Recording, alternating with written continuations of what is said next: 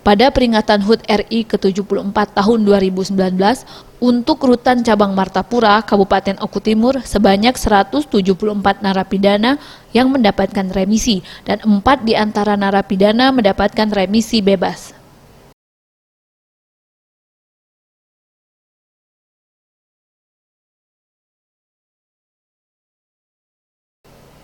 Kepala Rutan Cabang Martapura Oku Timur, Royhan mengatakan, pemerintah Kabupaten Oku Timur akan memenuhi air bersih dengan memberikan sumur bor dan akan dibangun pada bulan September mendatang.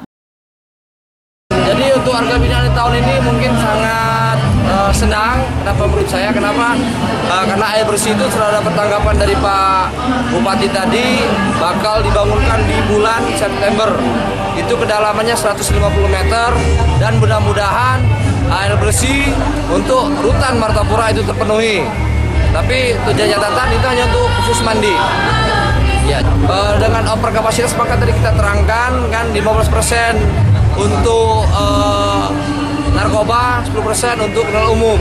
Dan kita harapkan ke depannya dengan bantuan-bantuan berikan ke Bupati Oku Timur diharapkan dimunculkan banyaknya pelatihan-pelatihan. Karena untuk saat ini kami pun merasakan pelatihan sangat berguna. Kenapa? Karena ada beberapa warga binaan kami setelah bebas di sini langsung sudah mendapatkan pekerjaan.